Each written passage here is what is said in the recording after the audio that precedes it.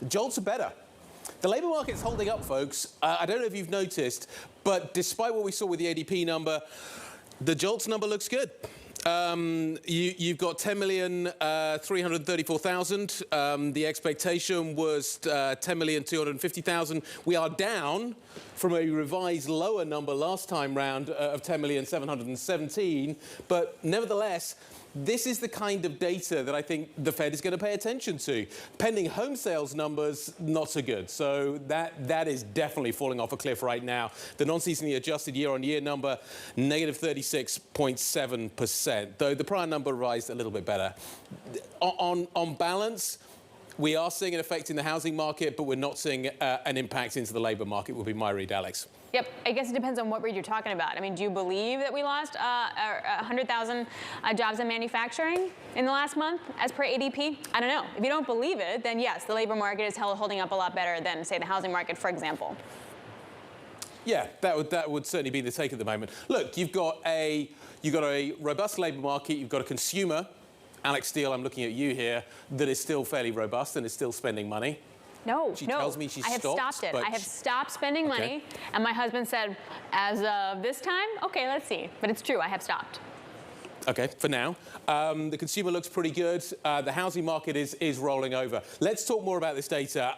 You can get our take, or you can get Mike McKee's take. Mike, what do you make of these numbers?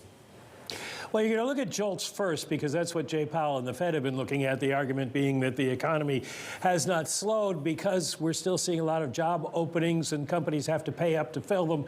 And so you have a wage inflation problem. And today's number, in at least reference to October's openings, suggests that that is still the case. It'll be interesting to hear if Powell addresses that this afternoon. You look at the number, it only went down by about 400 in a labor market of 10,334,000 job openings, and we only saw a decline of about 70,000 in terms of hiring. So the gap is still there, and that's going to be something the Fed keeps an eye on. The pending home sales number, kind of interesting because when you look at what's happened with pending home sales, they've been dropping for a long time. They began falling in 2021. Now they're down 36% some odd on a year-over-year basis.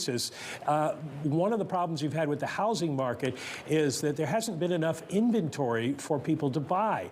So even before the Fed started raising rates, pending home sales were falling. Now, what happens, because home prices have fallen again, if the Fed starts to pause or people get used to it, or as we've seen recently, mortgage rates come down a little bit? Do we see housing start to pick up again, and then that become another problem for the Fed? So, Mike, today, what is Powell's goal when he talks? Does he not want to make waves? Does he really want to double down on the hawk? What's his goal here, taking in all this data? I think it's just sort of to set a clear path going forward. He probably will confirm that they're looking at 50 basis points because they want to look at the cumulative effect of tightening. And you've got some arguments today that that is starting to take hold, the ADP number, as Guy says, whatever you make of it.